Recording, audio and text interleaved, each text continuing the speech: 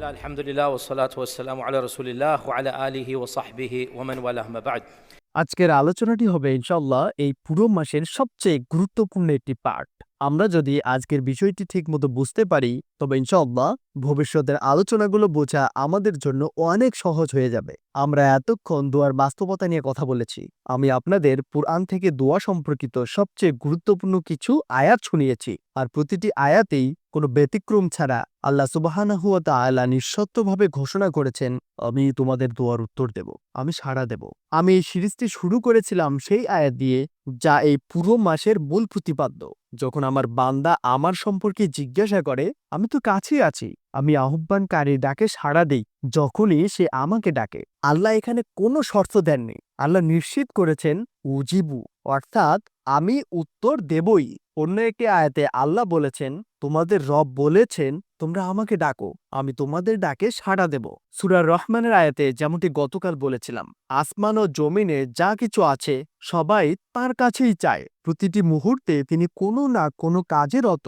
এখানে ইয়াউম বা দিন বলতে আসলে মুহূর্ত বোঝানো হয়েছে। প্রতিটি মিলি সেকেন্ডে তিনি মহান কিছু করছেন। ইবনে আব্বাস রাদিয়াল্লাহু আনহু এবং অন্যান্য সাহাবীরা এই আয়াতের ব্যাখ্যায় বলেছেন, এর সারমর্ম হলো আল্লাহ কাউকে ক্ষমা করছেন, কারো দোয়ার উত্তর দিচ্ছেন, আবার কারো বিপদ দূর করছেন। একই মুহূর্তে যারা তাকে ডাকছে, আল্লাহ তাদের সবার ডাকে সাড়া দিচ্ছেন এবং তাদের যত্ন নিচ্ছেন।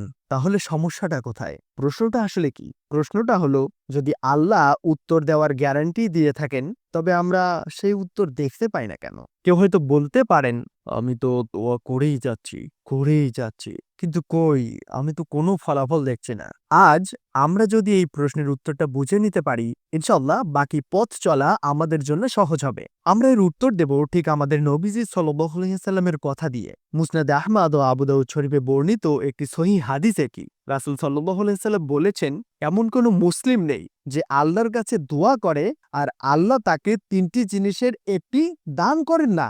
এই হাদিসটি আমাদের সমস্ত ভুল ধারণা ভেঙে দেয়। তবে নবীজি সাল্লাল্লাহু আলাইহি ওয়াসাল্লাম একটি শর্ত দিয়েছেন, দোয়াটি কোনো পাপ কাজের জন্য হতে পারবে না। আপনি হারামের জন্য দোয়া করতে পারবেন না, আত্মীয়তার সম্পর্ক ছিন্ন করার জন্য দোয়া করতে পারবেন না। যদি হালাল ও ভালো কিছুর জন্য দোয়া করা হয় তবে আল্লাহ তাকে তিনটি জিনিসের যে কোনো একটি দেবেনই। তো প্রথমটি কি?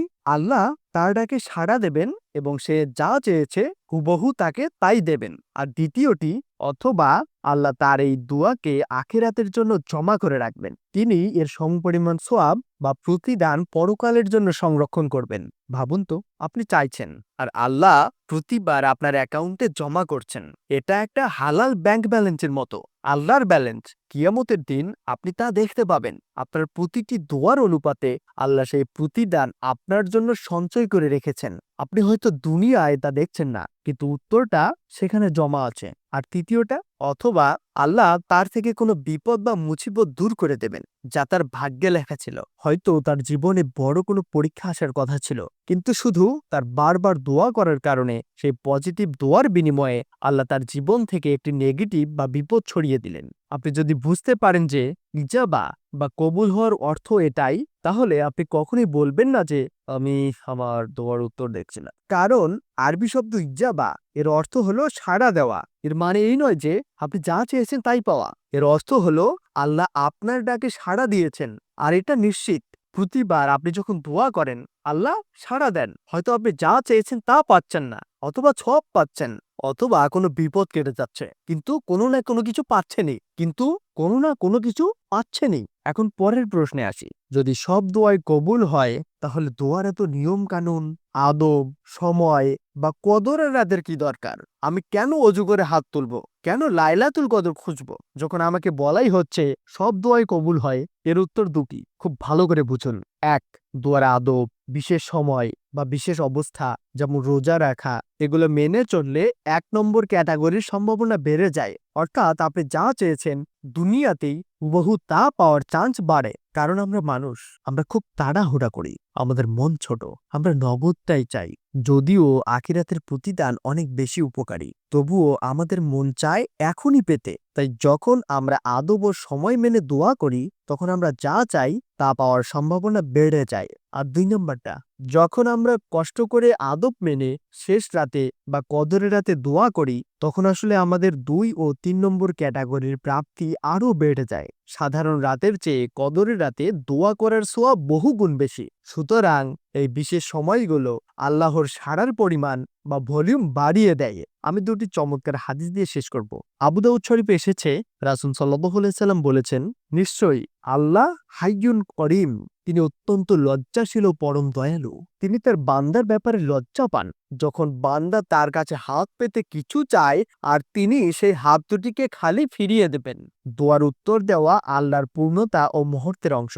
ভাবুন তো, ট্রাফিক সিগন্যালে যখন কোনো ভিক্ষুক আমাদের গাড়ির কাঁচে টোকা দেয়, আমরা না দিলেও কিন্তু একটা লজ্জা বোধ করি, তাই না? এটা ঈমানের অঙ্গ। তাহলে মহান আল্লাহ, যিনি আল হাইয়ু, যখন কোনো বান্দা তাকে ডাকে, তিনি কি তাকে একেবারে খালি হাতে ফিরিয়ে দিতে পারেন?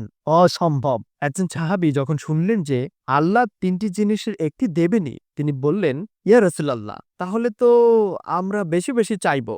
মানে আপনি বলছেন কোনো লিমিটই নেই, আমি চাইতে থাকবো আর একটা না একটা পাবোই, তাহলে তো থামার কোনো কারণই নেই। রাসূল সাল্লাল্লাহু আলাইহি সাল্লাম তখন মুচকি হাসলেন এবং বললেন, আল্লাহু আকবার, অর্থাৎ আল্লাহর ভান্ডারে তার চেয়েও বেশি আছে, তোমরা যা চাইতে পারো।